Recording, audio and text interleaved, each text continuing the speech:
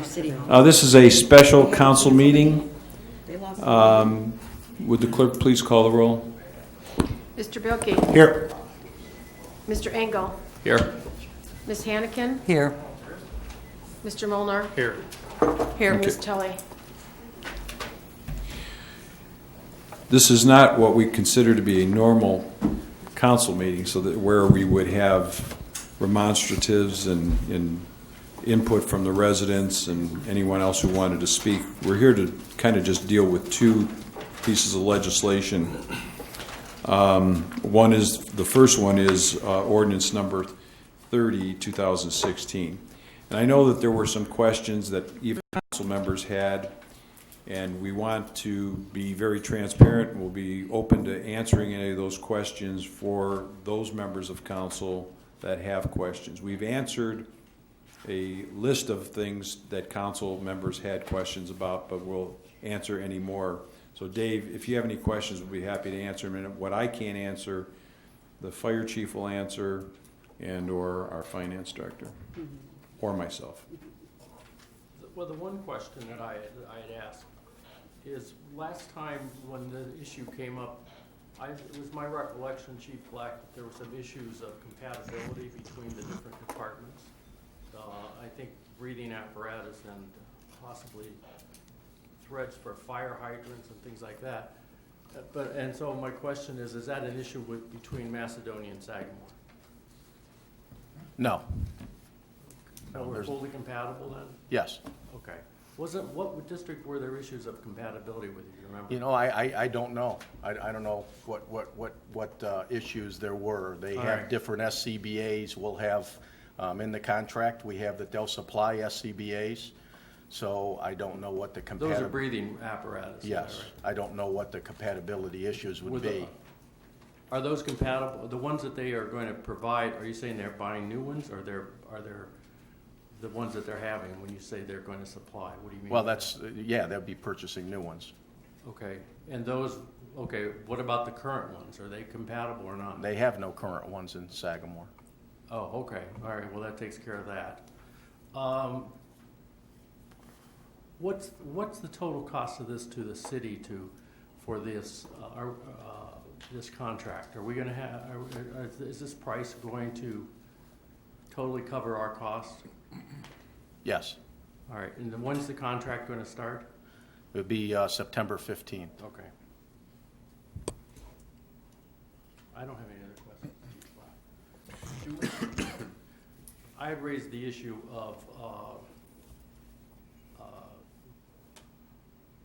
the unemployment issue. Yes. But I haven't seen any change. Yeah, in the contract. there's going to be an addendum that we will have forthcoming, and we've agreed with Sagamore that we will pick up 3 and they will pick up 3 in the event that was ever terminated. In the event our contract between us is terminated, they will pick up 3 full-time employees and we'll pick up the other 3, because the others are going to be part-time. Well, I think we need to have that worked out before we. Well, we have an addendum, and we have the 3 trustees here, and We need it in writing. okay.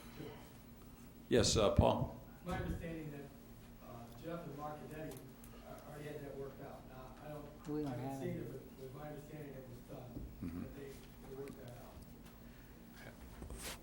I understand, and I think we talked about this. Right.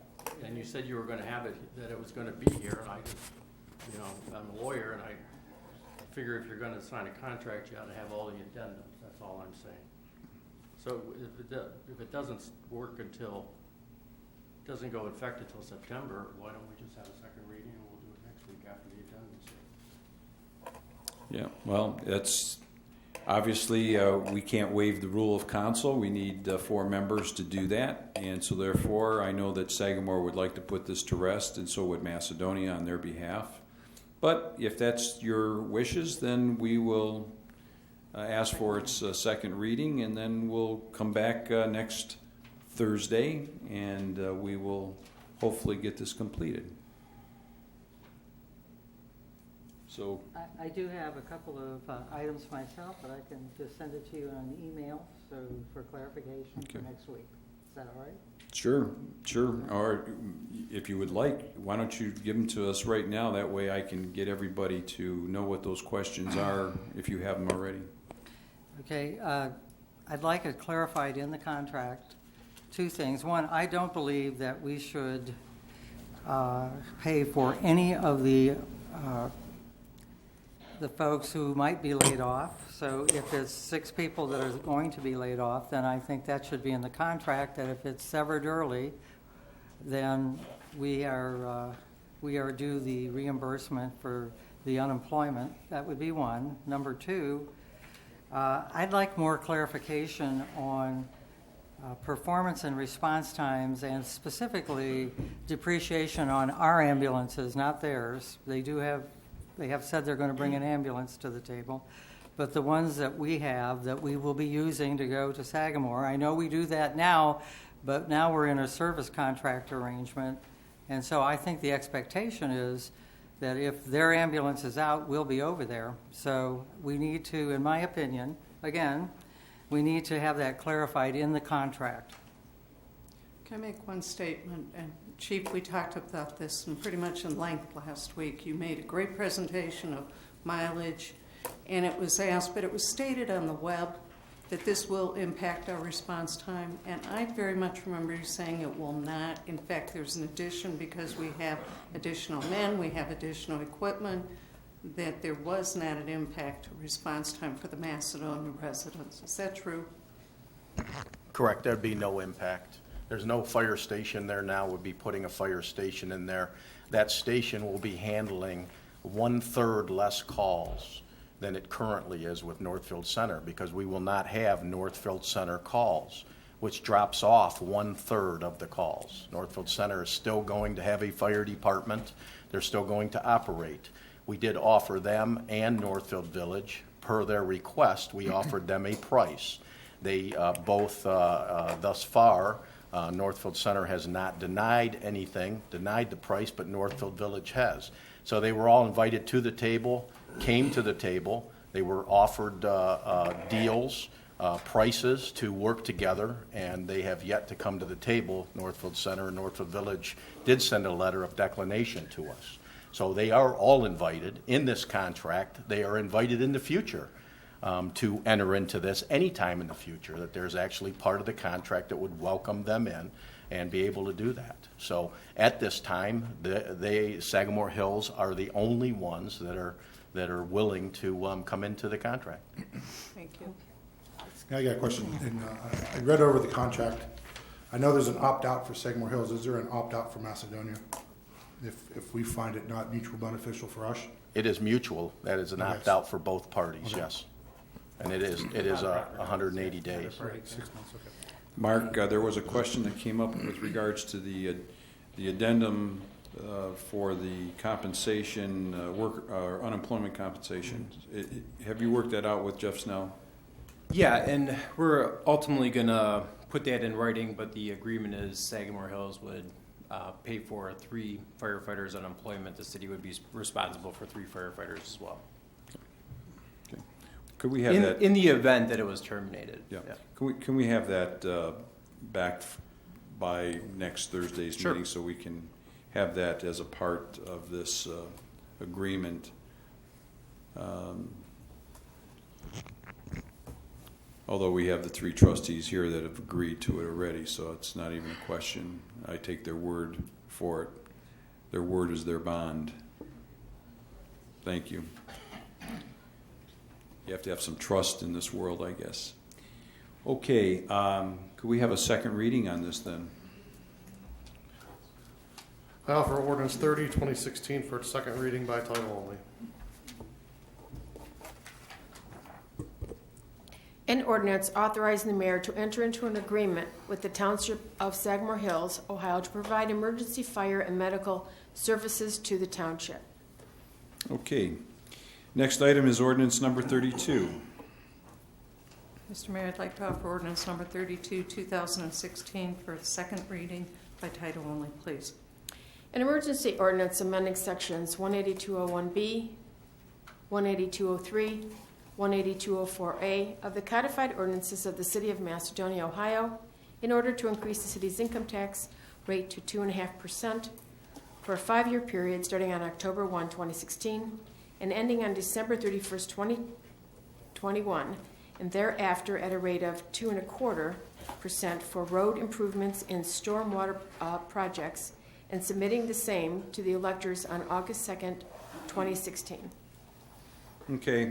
Again, this is just a second reading on this item, and we'll have a council meeting next Thursday. And if there's any residents that would then like to comment on it at that time, we're going to be happy to receive any comment you may have. This merely just puts this issue on the ballot. You, the voters, the residents of our city, will have an opportunity to vote this in or out.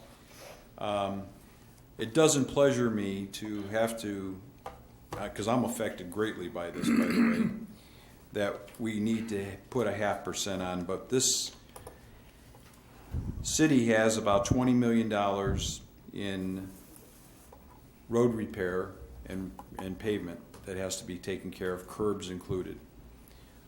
This also relates to some stormwater issues that obviously affect pavement. This city will never, ever catch up. It just will never happen. If we don't have earmarked money specifically for road repair, this city's streets will continue to deteriorate. We will have no funds to do it. We have a road right now, culvert on Sioux, that I patched with the service department. We band-aided it over in the spring, or in the fall last year, just temporarily. I think it was bidded out. It was $470,000 or $400,000 or somewhere in the neighborhood of $400,000.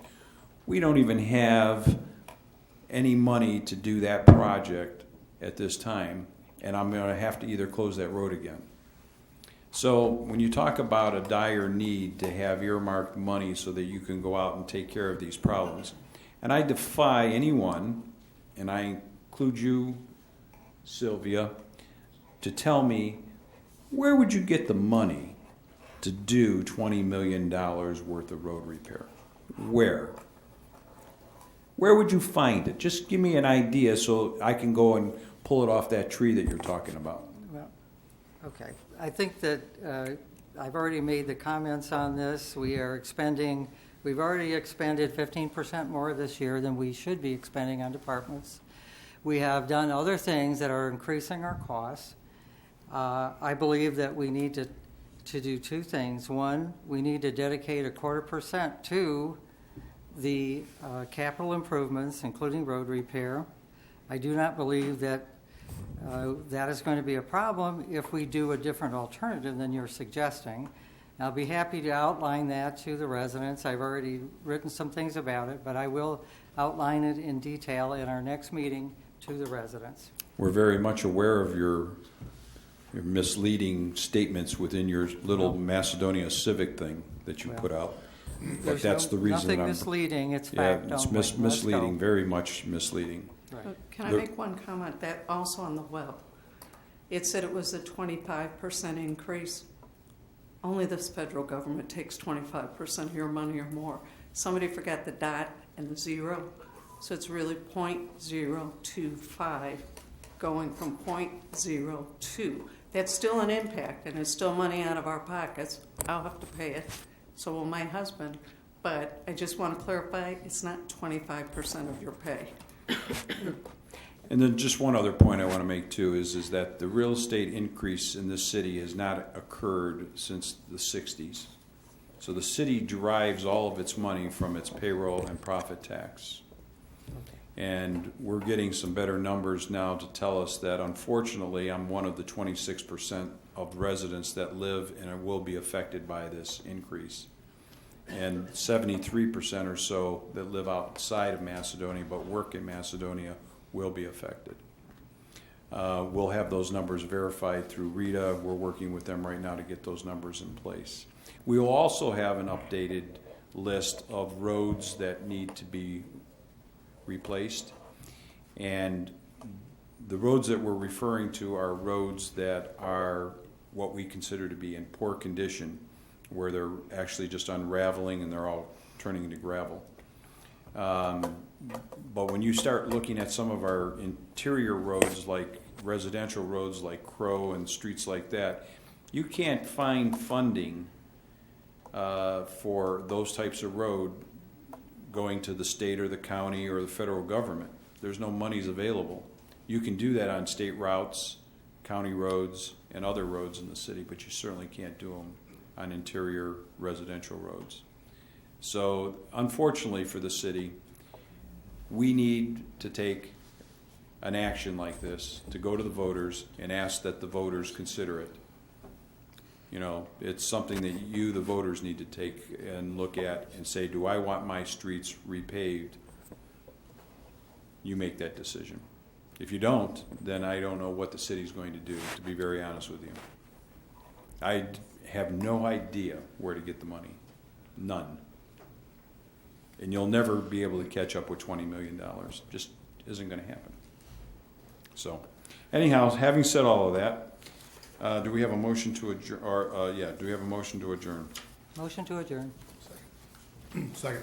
We have a motion and a second. All those in favor indicate by saying aye. Aye. Opposed? Hearing none, the motion's carried. And I thank you all for being here this evening, and hopefully we'll see you next Thursday.